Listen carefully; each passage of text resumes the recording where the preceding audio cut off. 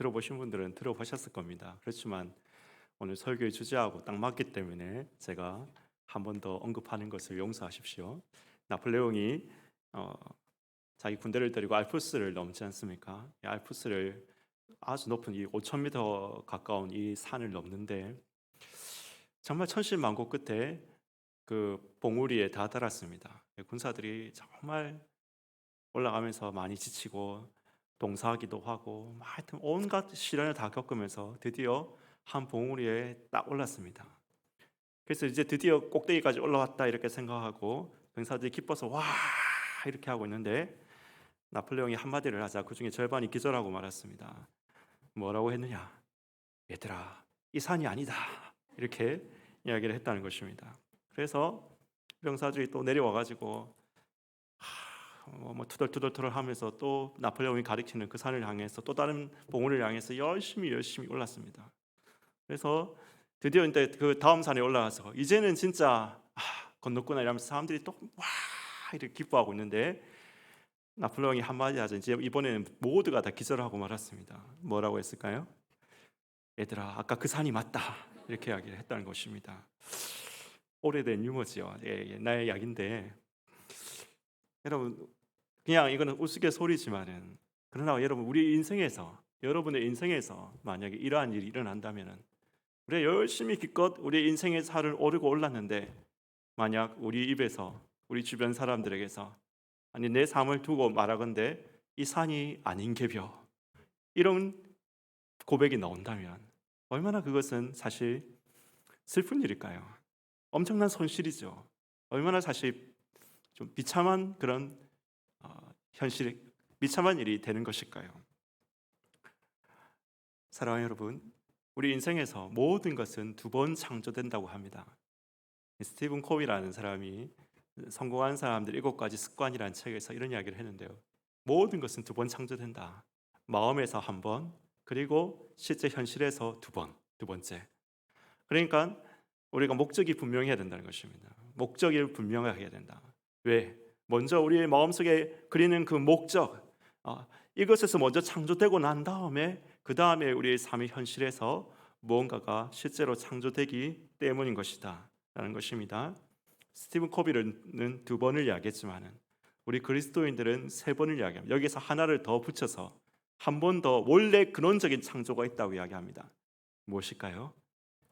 스티븐 코비는 우리의 마음에서 한 번, 현실에서 한 번, 두 번이 창조된다 했지만 우리 그리스도인들은 거기다가 그 이전에 뭔가 한 곳에서 더 창조가 일어나야 된다고 이야기합니다. 그게 무엇일까요? 그렇죠. 하나님의 마음에서. 그렇죠? 하나님의 마음. 하나님의 마음에서 먼저 창조가 일어나는 것입니다. 하나님의 마음에 그림이 있다는 것입니다. 하나님의 마음. 하나님께서 전 우주를 아우르는 하나님의 비전이 있다는 것입니다. 마치 우리 퍼즐 조각처럼 그림판에 그 조각 그림판처럼 하나님께서 전 우주를 향해서 그리시는 그 그림이 있습니다. 우리는 그 그림 중에 한 조각을 보는 것입니다. 우리를 향한 소명을 보는 것입니다. 소망을 보는 것입니다. 그리고 그래서 그 소망을 따라서 우리는 비전을 품고 현실에서 그것을 창조해 나가는 것입니다. 그런데 여러분, 하나님의 궁극적인 비전은 과연 무엇일까요? 하나님이 궁극적으로 목적하시는 것, 우리 인간들, 우리 전 세계, 전 우주를 향하신 하나님의 궁극적인 목적이 과연 무엇일까요? 인간 구원일까요? 우리를 천국 가게 하시는 것일까요? 물론 그것도 목적이 맞죠. 근데 우리가 천국 가는 것이라, 하나님의 궁극적인 목적은 우리 인간들이 천국 가는 것이라 라고 이렇게 이야기하는 것은 사실 너무 우리 인간 편에서 이야기하는 것입니다. 우리 인간 입장에서 이야기하는 겁니다. 하나님의 궁극적인 목적은 하나님 그분 자신에게서 나오시는 궁극적인 목적이 있다는 것입니다. 오늘 우리가 읽지 않았지만 에베소서 1장의 말씀을 쭉 살펴보면 하나님의 궁극적인 목적이 무엇인지 말씀하고 있습니다. 한번 볼까요? 5절 말씀 봅시다. 5절 말씀, 1장 5절 말씀 성경 다 한번 가지고 계시죠? 한번 읽어봅시다. 시작. 그 기쁘신 뜻대로 우리를 예정하사 예수 그리스도로 말미암아 자기의 아들이 되게 하셔서 6절까지 이는 그가 사랑하시는 자 안에서 우리에게 거저 주시는 바 그의 은혜의 영광을 찬송하게 하려는 것이라. 그의 영광을 찬송하게 하려는 것이라. 그 다음에 또 제가 9절부터 쭉 읽겠습니다. 그 뜻의 비밀을 우리에게 알리신 것이요 그의 기뻐하심을 따라 그리스도 안에서 때가 찬 경륜을 위하여 예정하신 것이니 하늘에 있는 것이나 땅에 있는 것이 다 그리스도 안에서 통일되게 하려 하심이라. 모든 일을 그의 뜻대로 결정대로 일하시는 일 계획을 따라서 우리가 예정을 입어 그 안에서 기업이 되었으니 12절 같이 읽읍시다. 시작. 이는 우리가 그리스도 안에서 전부터 바라던 그의 영광이 찬송이 되게 하려 하심이라. 14절 같이 읽읍시다. 제가 13절 읽고 14절 같이 읽겠습니다. 그 안에서 너희도 진리의 말씀 곧 너희의 구원의 복음을 듣고 그 안에서 또한 믿어 약속의 성령으로 인치심을 받았으니 같이 시작. 이는 우리의 기업의 보증이 되사 그 얻으신 것을 성량하시고 그의 영광을 찬송하게 하려 하심이라. 계속해서 등장하는 말이죠. 하나님의 영광의 찬송이라는 말이 등장합니다. 우리를 부르신 목적, 하나님의 영광의 찬송. 하늘과 땅, 하늘의 영적 세계와 땅의 물적 세계가 다 예수 그리스도 안에서 통일되게 하려 하시는데, 이 하늘과 새 땅을 하나님께서는 하나님의 영광으로 충만하게 채우시기를 원하시는 것입니다. 온 우주를 하나님의 영광으로, 하나님의 속성과 하나님의 성품과 하나님의 어떠하심으로 충만하게 채우시기를 원하시는 것입니다.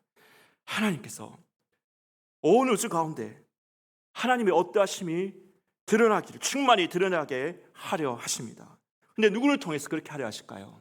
첫 번째 창조 때는 아담을 통해서 하나님께서 일을 하려고 하셨죠. 아담을 통해서, 아담을 하나님의 형상으로 만들어서 아담에게 하나님의 숨결을 불어넣으셔서 아담을 통해서 하나님께서 이 세계 가운데, 만물 가운데 하나님의 영광을 충만하게 채우려 하셨습니다. 그러나 아담은 실패했습니다.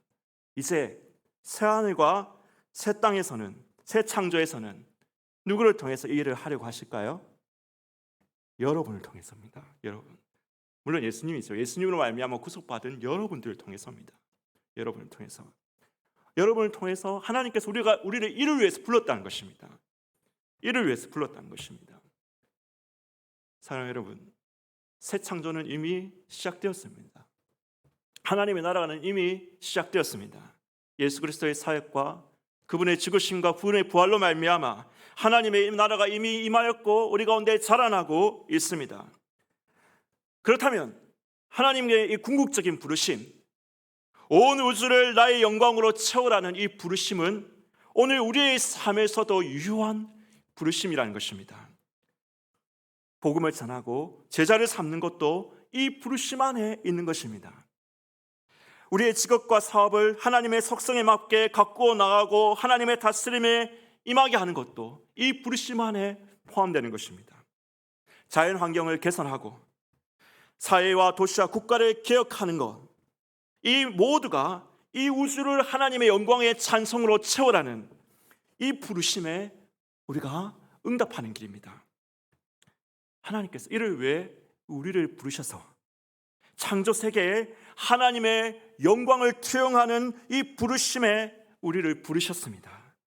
그래서 삶의 제일 되는 목적이 무엇이라고 합니까? 소요일 문답 1분에 보면 무엇이라고 합니까? 사람의 제일 되는 목적은 하나님을 영화롭게 하는 것이다. 그렇죠? 그분의 영원토록 즐거워하는 것이다. 하나님을 영화롭게 하는 것이다. 여러분, 이 말이 좀 와닿으십니까?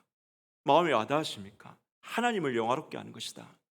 하나님이 이를 위해서 우리를 불렀습니다. 영광의 찬송이 되게 하시려고.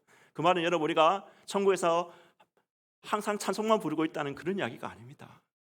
이 온 세계를, 이 온 우주를 하나님의 영광으로, 하나님의 속성과 성품과 그분의 어떠하신 그분의 형상으로 충만하게 채워나가는 이 일에 그 영광의 찬송으로 우리를 부르셨다는 것입니다. 우리의 전도와 선교와 우리의 삶과 그 모든 것이 이 한마디에 그래서 축약된 겁니다. 하나님을 영화롭게 하라. 제가 중고등부 아이들을 보니까 이런 이야기를 하대요. 아이들이 비전이 없는 것 없다. 비전이 없다. 꿈이 없다. 무엇을 해야 할지를 모르겠다. 좀 그런 것 같더라고요. 애들한테 물어보니까 소수의 아이들 빼고는 비전이 없더라고요. 뭘 위해 살아야 될지를 모르겠습니다. 뭘 해야 될지를 모르겠습니다. 대체적으로 좀 그렇더라고요. 근데 제 마음에 이렇게 드는 생각은 진작 없는 것이 진짜 비전일까라는 생각이 들었습니다. 진짜 없는 것이 비전일까? 그럼 중고등부뿐만 아니라 우리 여러분 모두에게도 마찬가지로 질문합니다. 삶의 꿈이 있으십니까? 비전이 있으십니까?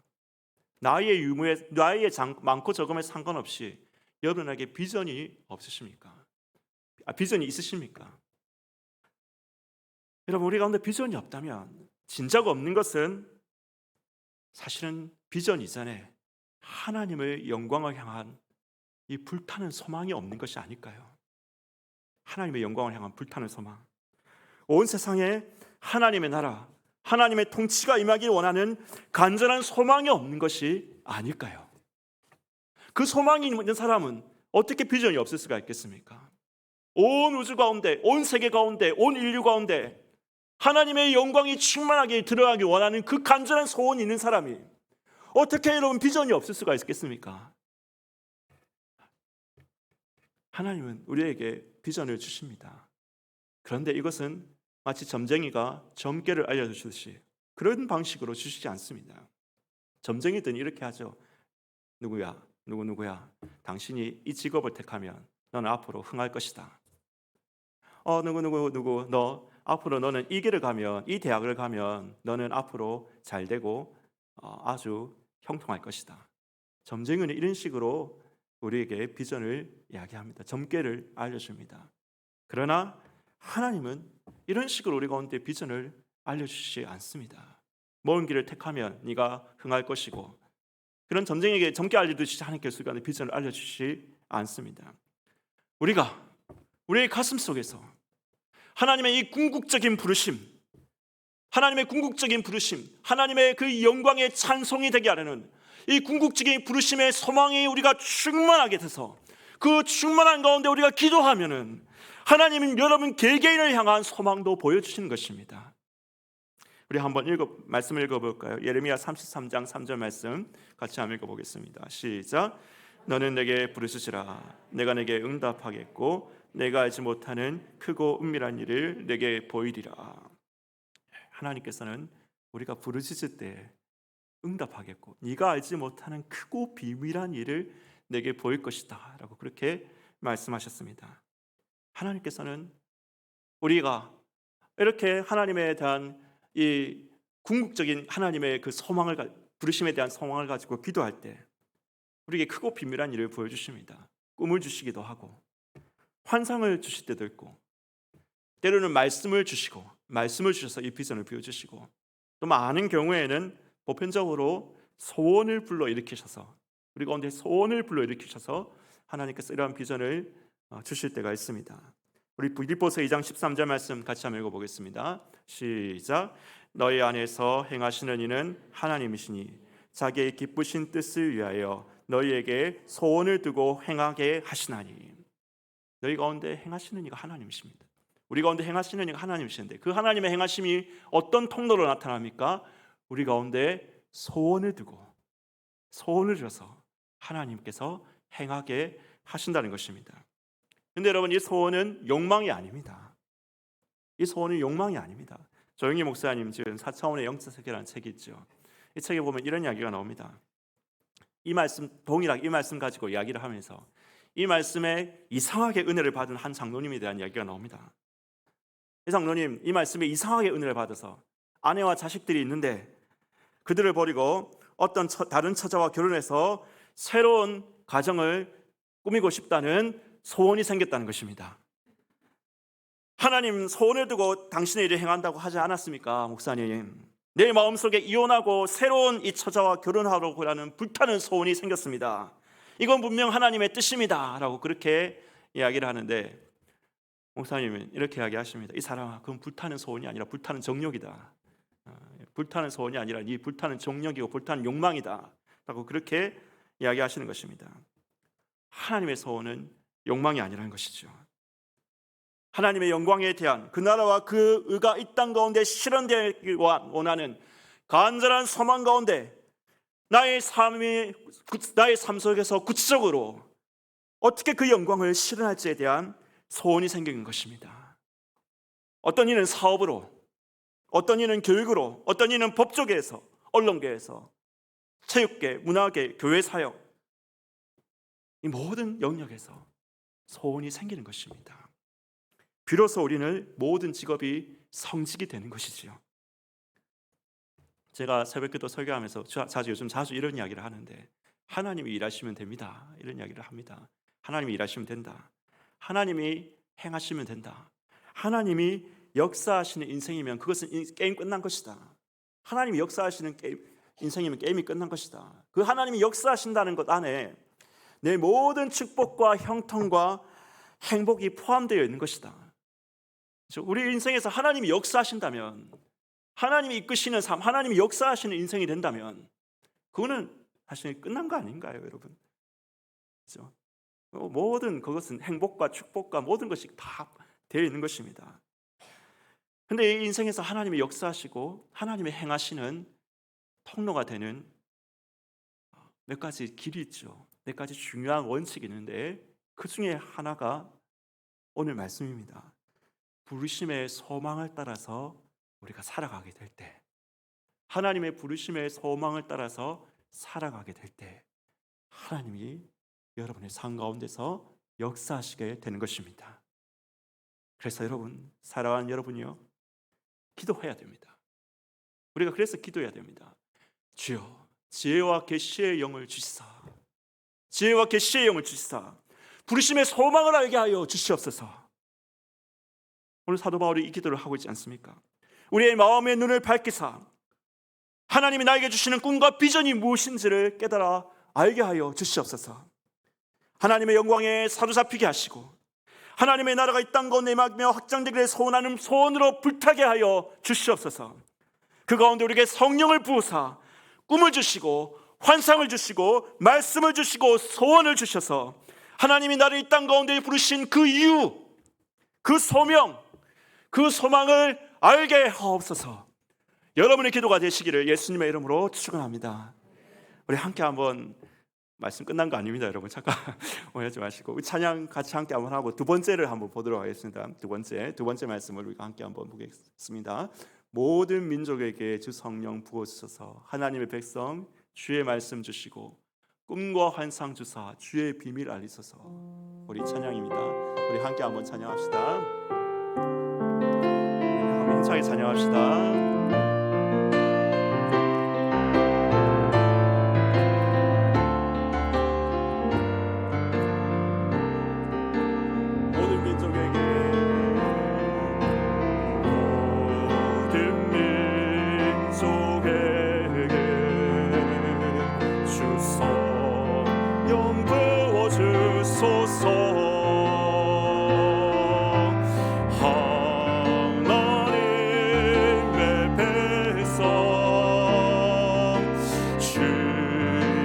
말씀 주시고 꿈과 환상 주사 주의 비밀 알리소서. 우리 믿사 모든 영혼들이 깨어 일어나기를 소원합니다. 하나님의 백성들이 하나님의 말씀을 받고 꿈과 환상을 보고 비전을 보고, 여러분, 주 예수를 부르는 자들이 모두 큰 구원의 역사 일어나게 되는 그 역사가 우리 동부 삼위교회 일어나기를 예수님의 이름으로 간절히 축원합니다. 오늘 계속해서 두 번째 말씀을 우리 한번 보겠습니다. 부르심의 소망이 무엇이며 그 다음이 무엇입니까? 성도 안에서 그 기업의 영광의 풍성이 무엇이며, 마음눈을 밝히사 그 기업의 영광의 풍성이 무엇인지를 깨달아 알기를 원한다라고 바울이 그렇게 기도하고 있습니다. 기업이라는 단어가 뭘까요? 기업의 영광의 풍성, 기업이란 말이 나오는데, 이 기업이란 말은 사전적 의미를 보면 상속을 이야기합니다. 상속, 물려받을 유업, 물려받을 상속물을 의미하는 것입니다. 그래서 우리가 기업을 영광의 풍성을 알기를 원한다는 말은 성도들이 물려받을 이 상속물, 그 영광의 풍성이 무엇인지를 알아야 한다, 깨달아야 된다라고 그렇게 기도하고 있는 것입니다. 우리 밭의 감추, 이게 왜 중요하냐? 정말 너무나 중요한데요. 우리가 이 기업의 영광의 풍성을 아는 것이 너무나 중요합니다. 왜 그러냐? 예수님께서 이야기를 하셨습니다. 마태복음 13장 44절 말씀을 보면 이런 이야기를 하셨습니다. 함께 한번 읽어볼까요? 44절 같이 읽어보겠습니다. 시작. 천국은 마치 밭에 감추인 보화와 같으니 사람이 이를 발견한 후 숨겨두고 기뻐하며 돌아가서 자기의 소유를 다 팔아 그 밭을 사느니라. 여러분, 하나님 나라의 그 보화의 비밀을 발견한 사람은 자기 소유를 다 팔고 때로는 생명까지 팔아서라도 그 천국의 보화를 얻기를 원한다는 것입니다. 이 땅의 것과는 비교가 안 되거든요. 이 땅의 것과는 비교가 안 되기 때문에 그렇게 생명까지 버려서라도 그 보화를 얻으려고 한다는 것입니다. 예수님의 가르침입니다. 여러분, 왜 우리가 이 땅의 보화에, 이 땅의 재물에, 이 땅의 영광에 그렇게 집착할까요? 하나님의 영광에, 하나님의 그 기업의 영광의 풍성함을 모르기 때문이에요. 하나님 기업의 영광의 풍성, 하나님이 주신 그 물려받을 상속물의 영광이, 우리가 장차 받을 상속의 영광이 얼마나 큰지를 모르니까, 그게 얼마나 큰지를 모르니까 이 땅에 이 작은 것에 우리가 집착하는 삶을 살게 되는 것입니다. 목사님, 무슨 소리입니까? 천국은 이미 다 얻어놓은 건데, 천국은 이미 얻어놓은 건데 왜 이런 표현을 예수님께서 하실까요? 물론 여러분, 천국에 들어가는 것은 우리가 이미 얻은 구원으로 보장받을 수 있습니다. 천국에 들어가는 것은 이미 얻은 구원으로 보장받을 수 있습니다. 그러나 미래적 천국의 그 분깃, 상속받을 하나님 나라의 지분, 하나님 나라의 그 상급, 그것은 이 땅의 삶에 따라서 차등이 있을 것을 성경은 분명히 말씀하고 있습니다. 이 땅의 삶에 따라서 우리가 하나님 나라의 그 장차 올 미래적 하나님 나라, 이 땅에 임한 하나님 나라 말고 미래적 하나님 나라, 앞으로 완성될 하나님 나라의 그 미래적 하나님 나라의 분깃, 상속물, 상급은 이 땅의 삶에 따라서 분명히 차등이 있다는 것입니다. 문화의 비유, 누가복음 19장 문화의 비유를 보면 예수님이 분명히 말씀하시죠. 한 사람 문화를 나눠줬는데 어떤 사람은 이 한 문화를 가지고 10문화를 남겼습니다. 그러니까 예수님께서 뭐라고 하시죠? 10고을을 차지하라. 어떤 사람은 이 한 문화를 가지고 열심히 해서 5문화를 남겼습니다. 그러니까 예수님께서 뭐라고 하시죠? 당신 너도 착하고 충성된 종아, 5고을을 차지하라. 어떤 사람은 이 문화를 그대로 썩혔습니다. 그냥 그대로 가져갔습니다. 그래서 예수님께서 뭐라고 하셨죠? 악하고 게으른 종이라고 그렇게 말씀하시죠. 분명히 상급의 영광이 틀립니다. 우리가 이 땅에서의 우리 삶에 따라서 우리가 받게 될 하나님 나라의 기업의 분깃이 그 차등이 있습니다. 우리가 이 사실을 때로는 종종 잊어버립니다. 문제는 그 상급의 영광이 얼마나 큰지 대부분의 성도들은 별로 감각이 없다는 것이죠. 그 상급의 영광이 얼마나 큰지, 우리가 이 땅에서 조금 누리는 거 그거하고 비교할 수 없을 만큼 얼마나 큰지 그걸 잘 모른다는 것입니다. 여러분, 우리가 그걸 안다면 성도의 기업, 상속받을 그 나라, 하나님 나라의 그 분깃, 그 상급의 영광의 분깃이, 상급의 영광이 얼마나 큰지를 안다면 예수님은 뭐라고 하십니까? 집을 팔고 땅을 팔고 생명을 팔아서라도 그 기업을 얻으려고 할 것이다. 하나님 나라는 그런 것이다 라고 말씀하고 있는 것입니다. 저는 어렸을 때 하나님 나라에 대해서, 우리가 가야 될 천국에 대해서 우리 주일학교 선생님들이 이렇게 묘사하는 것을 듣고 자랐습니다. 그곳에는 얘들아 12진주문이 있다. 그리고 황금길이 있다. 황금길이 있다. 우리 각자에게 천국 맨션이 주어질 것인데 거기서 하프치며 노래하면서 영원히 주님을 찬양할 것이다. 천국을 이렇게 묘사했습니다. 솔직히 별로 천국 가고 싶지가 않았습니다. 어릴 때, 어린 마음에 천국 그렇게 들으니까 천국 별로 안 가고 싶더라고요. 주일학교 선생님이 계시록의 그 이미지를 은유에서 따온 이미지로 우리가 앞으로 들어갈 천국에 대해서 묘사하려고 하셨던 것인데, 계시록의 그 보석 이미지를 문자 그대로 해석하는 것은 계시록의 다른 말씀처럼 무리가 있는 것입니다. 계시록의 다른 말씀들을 문자 그대로 우리가 해석하지 않지 않습니까? 마찬가지로 그 보석 이미지들을 문자 그대로 해석하는 것은 좀 무리가 있는 것 같습니다. 그런데 제가 주일학교 때 그렇게 천국에 대해서 이런 황금길, 천국 맨션 이런 걸 들으면서 별로 천국 사모하는 마음이 별로 안 생겼는데, 제가 천국을 정말 사모하게 된 사건이 발생을 했습니다. 대학교 2학년 때입니다. 실연을 당했습니다. 대학교 2학년 때 제가 실연을 당했거든요. 제가 차인 건 아니고 나도 너무 좋아하고 그 여성분도 나를 좋아한 것 같은데, 여러분 이건 제 아내한테는 비밀로 해주십시오. 방송이 나가죠. 예. 예, 제가 무슨 신앙에 대한 그릇된 생각을 했는지 모르겠지만은 전 대학 2학년이 돼서도 이렇게 생각을 했어요. 이성과의 사랑이 주님의 사랑하는 일에 방해가 된다면 나는 가차없이 버리는 것이 주의 뜻이다. 이렇게 좀 지금 같으면 그렇게 생각 안 하겠는데 그때는 어려가지고 그렇게 생각을 했던 것입니다. 여하튼 헤어졌습니다. 그래가지고 제가 찾습니다. 제가 차인 게 아니고 제가 찾습니다. 예.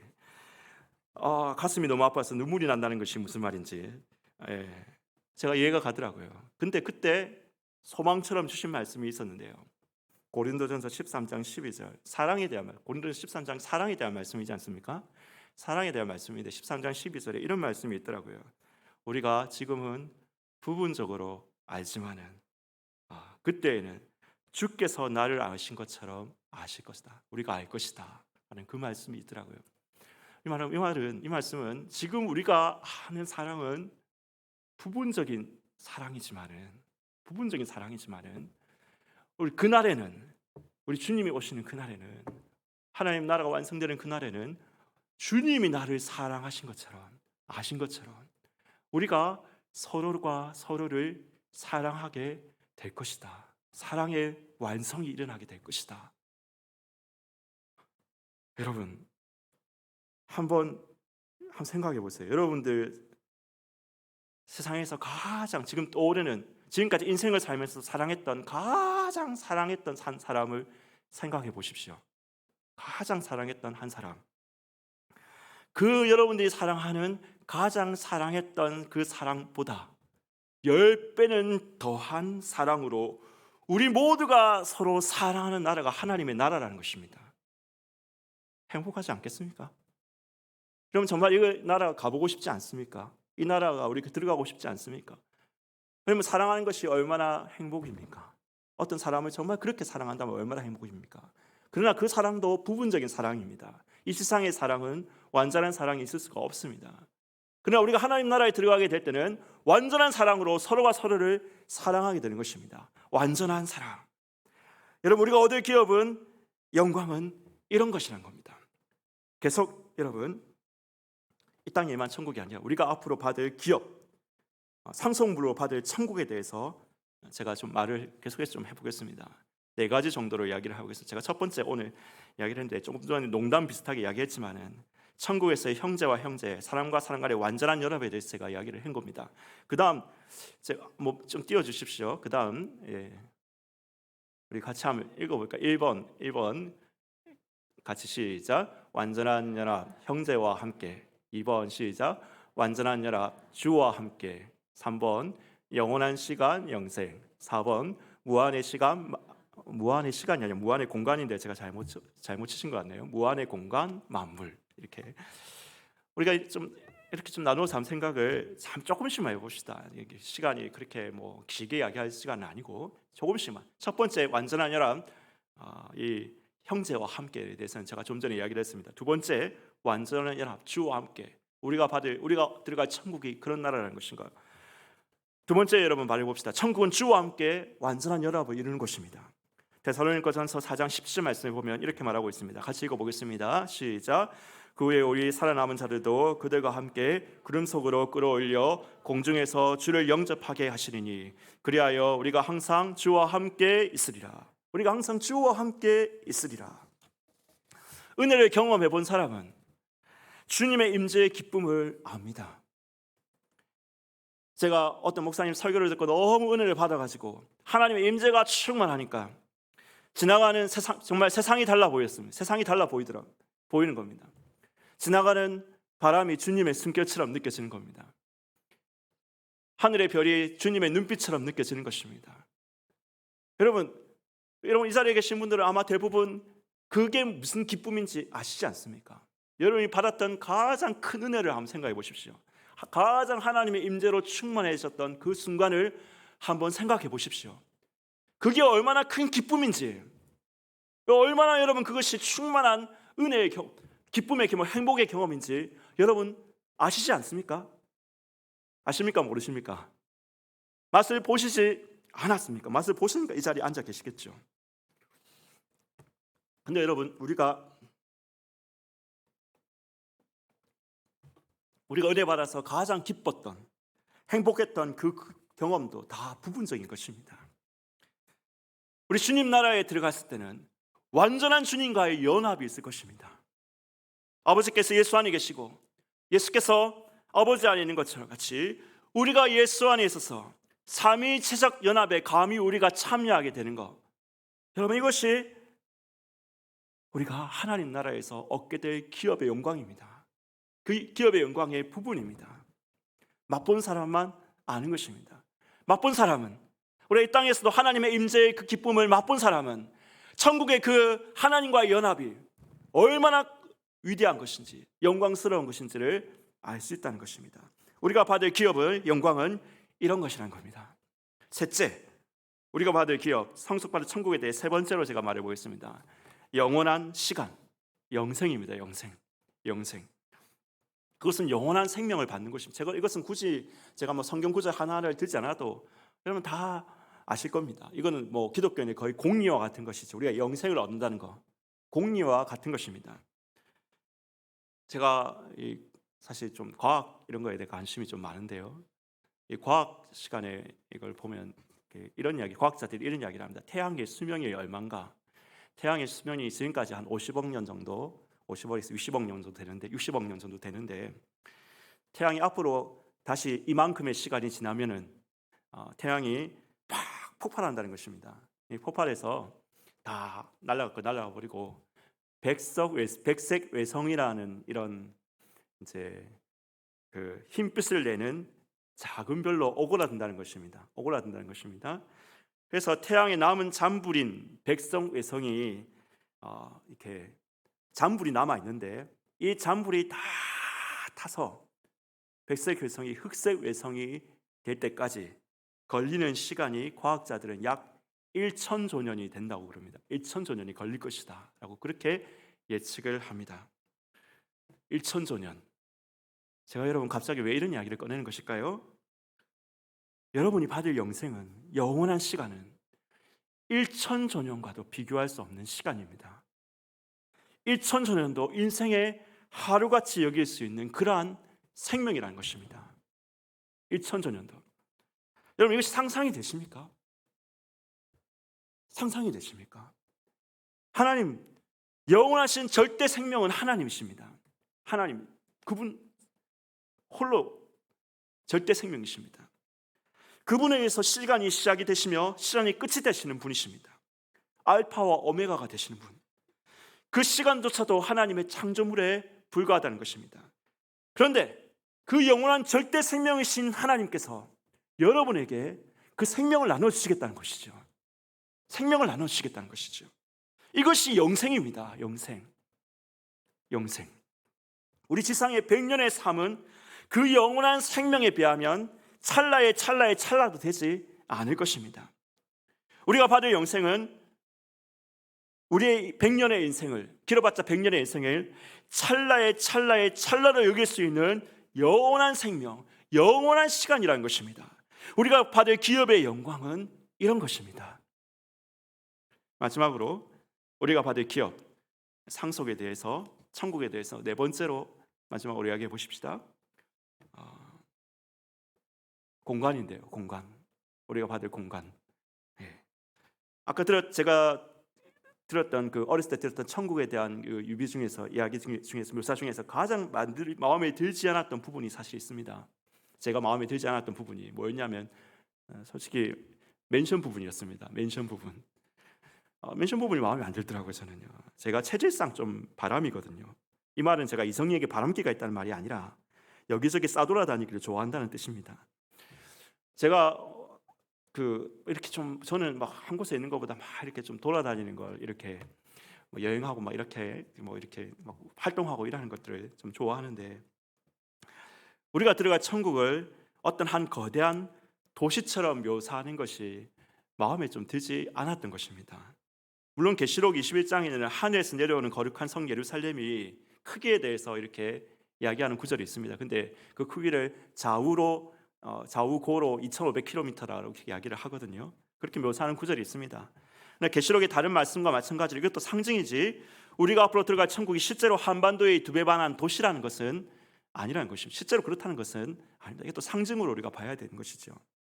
그런데 계시록의 은유보다 더 확고한 공간에 대한 말씀이 있습니다. 공간에 대한 말씀. 우리가 읽은 에베소서 1장 22절 같이 한번 읽어볼까요? 22절 에베소 1장 22절 같이 한번 읽어보겠습니다. 시작. 또 만물을 그 발 아래 복종하게 하시고 그를 만물 위에 교회의 머리로 삼으셨느니라. 만물을 그 발 아래 복종하게 하셨다. 만물, 그렇죠? 예수 그리스도는 만물의 주인이시라는 겁니다. 만물의 상속자이시다. 예수님이 만물의 주인이고 만물의 상속자이라는 것은 성경에 수없이 등장하는 것입니다. 히브리서 1장 2절 말씀 같이 한번 읽어볼까요? 1장 2절 말씀 다 같이 시작. 이 모든 날 마지막에는 아들을 통하여 우리에게 말씀하셨으니 이 아들을 만유의 상속자로 세우시고 또 그런 말미암아 모든 세계를 지으셨느니라. 골로새서 1장 16절 말씀도 읽어보겠습니다. 다 같이 1장 16절 말씀 시작. 만물이 그에게서 창조되되 하늘과 땅에서 보이는 것들과 보이지 않는 것들과 혹은 왕권들이나 주권들이나 통치자들이나 권세들이나 만물이 다 그로 말미암고 그를 위하여 창조되었고. 만물, 주님께서는 이 만물의 주관자이시며 만물의 상속자라는 것입니다. 근데 이 만물이 뭘 뜻할까요? 문자 그대로 이 만물은 성경 사전을 찾아보니까 이 만물은 온 우주를 포함하는 것입니다. 온 우주 아래에 있는 모든 것, 이 온 물질적인 온 우주뿐만 아니라, 근데 이 만물은 물질적인 온 우주뿐만 아니라 물질 너머 우주 너머에 보이지 않는 영적 세계의 모든 것까지 포함하는 것이 바로 만물이라는 것입니다. 성경 사전에 찾아보니까 만물은 온 우주, 그러나 이 우주뿐만 아니라 이 우주를 넘어서는 영적 세계, 하늘의 그 세계라고, 하늘이라고 보통 성경에서 이야기하죠. 하늘의 그 모든 것까지 포함하는 것이 바로 만물이라는 것입니다. 예수님께서 만물을 회복하실 자이지 않습니까?